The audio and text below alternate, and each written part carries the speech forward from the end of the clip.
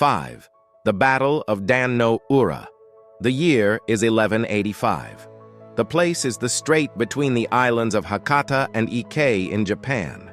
A clash of titans is about to take place, one that will decide the fate of Japan and change it forever. The two opposing sides are led by two of the greatest samurai generals of their time, Taira no Kiyomori and Minamoto no Yoritomo. The battle is known as the Battle of Dan no Ura, also known as the Battle of the Narrow Sea. It's an epic confrontation between two powerful families who have been at each other's throats for years. The Taira clan, also known as the Heike, were the established military family in Japan. They had been in power for quite some time and were wealthy and influential. On the other side were the Minamoto clan, also called the Genpei. They were up-and-comers, ambitious and hungry for power. For years, these two clans had been playing a deadly game of cat and mouse. But now it's time for the final showdown. Kiyomori, the leader of the Heike, had a massive fleet of over 600 ships at his disposal. His army consisted of elite samurai warriors who were well-trained and battle-hardened. They were confident in their abilities and believed that victory was within their grasp. On the other side, Yotomo, the head of the Genpei, had a smaller force, only about 300 ships. But what they lacked in numbers, they made up for in skill and determination. Yotomo's men were fierce fighters who were willing to risk everything to win the battle. As the two fleets approached each other, the scene was one of chaos and destruction.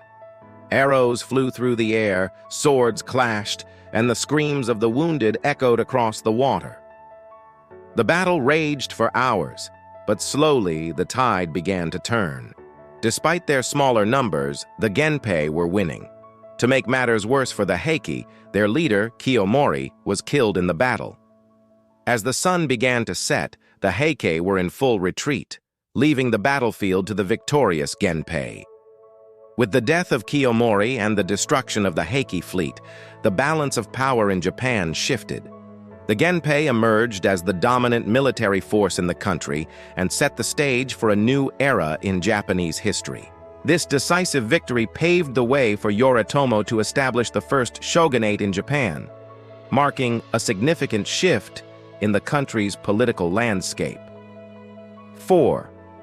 The Siege of Osaka. The year is 1614, and the location is Osaka Castle in Japan. This marks the beginning of a battle that would become one of the most significant events in Japanese history. The conflict was a culmination of years of tension and rivalry between the ruling Tokugawa shogunate and the powerful Toyotomi clan.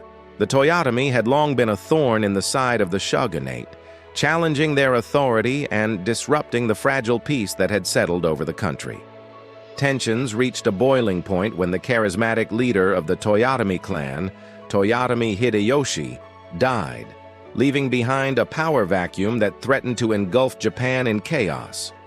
Shogun Tokugawa Ieyasu saw this as an opportunity to finally crush his rivals and secure his grip on power. He assembled a massive force of samurai warriors and laid siege to Osaka Castle, the stronghold of the Toyotomi clan. What followed was a battle of attrition like no other. The castle's defenders, led by the valiant Toyotomi Rinko, fought tooth and nail to repel the shogunate's attacks. For months, the castle walls were bombarded with cannon fire, but the defenders held firm, their courage and determination unwavering. However, as the siege dragged on, the defenders' resources began to dwindle. Food and supplies became scarce, and the relentless attacks of the shogunate forces took a heavy toll on their numbers. Despite the grim situation, Rani vowed to defend Osaka Castle to his last breath. He rallied his troops, urging them to fight with honor and dignity until the very end. The climax of the siege came when the shogunate forces, led by the cunning tactics of Date Masamune, breached the castle walls. A fierce battle ensued, with swords clashing and the air filled with the cries of the fallen.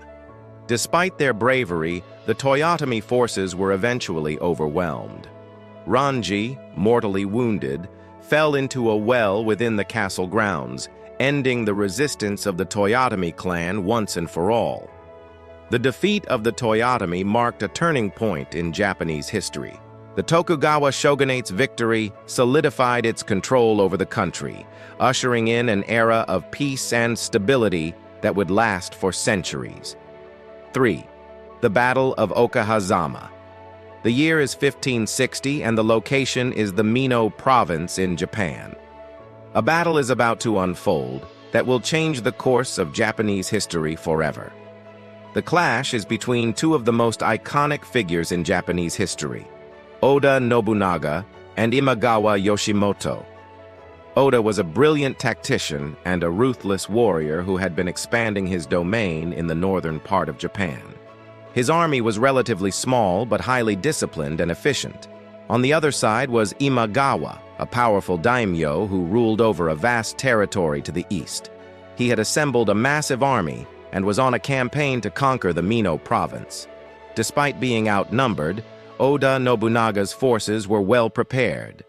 He had chosen a strategic location near Okehazama, where he set up an ambush for the approaching Imagawa army.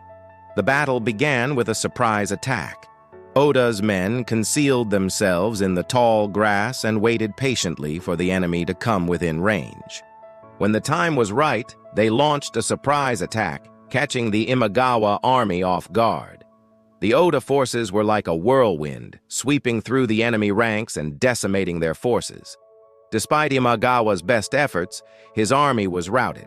He barely escaped with his life, having to flee on foot. This unexpected victory was a turning point for Oda Nobunaga. It propelled him to prominence on the Japanese political stage and set the stage for his conquest of Japan.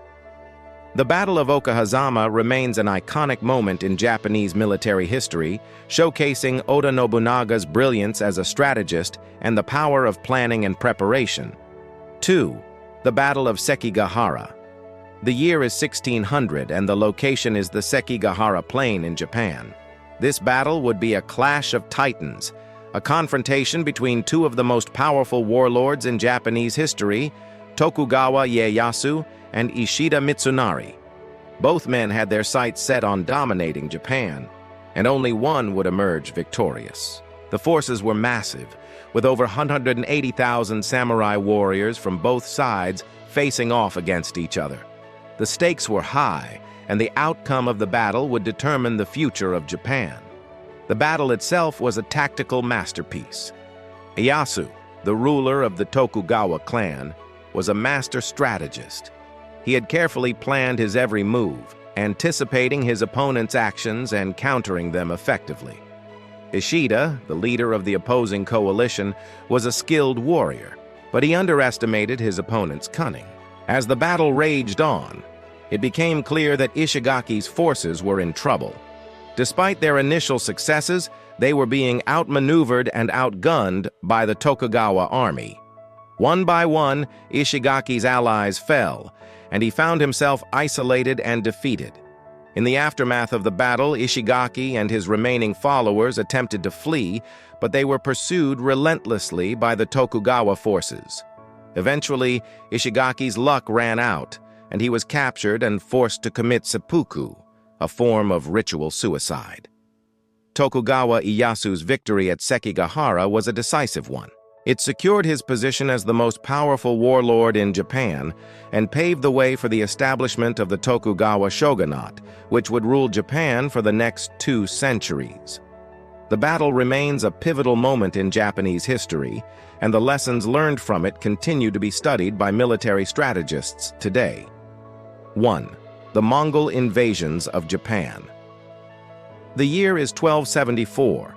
And a mighty fleet commanded by Kublai Khan of the Mongol Empire is bearing down on the shores of Japan. What follows is the first of 2 attempts by the Mongols to conquer this island nation.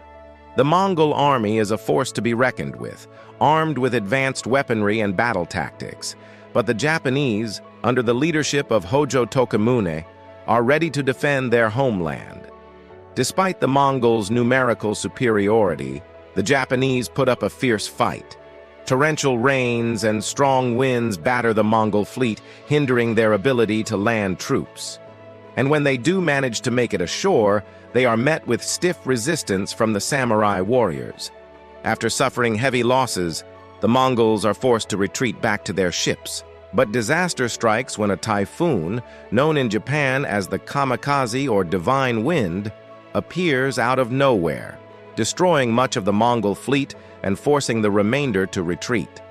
Determined to avenge this humiliating defeat, the Mongols gather a second invasion force even larger than the first. Once again, they set sail for Japan, only to be thwarted by another typhoon. This second Mongol invasion force suffers the same fate as the first, with many of their ships being destroyed and the rest retreating in defeat. Japan has successfully repelled the Mongol invaders, and their victory is celebrated as a divine blessing. These invasions have far-reaching consequences. Japan's successful defense against the Mongols bolsters its national pride and strengthens the bond between the people and their samurai warriors. Meanwhile, the Mongols are forced to abandon their plans of world domination and focus on securing their own empire. The story of Japan's victory over the Mongols is passed down through generations, becoming a defining moment in Japanese history and shaping their identity as a nation.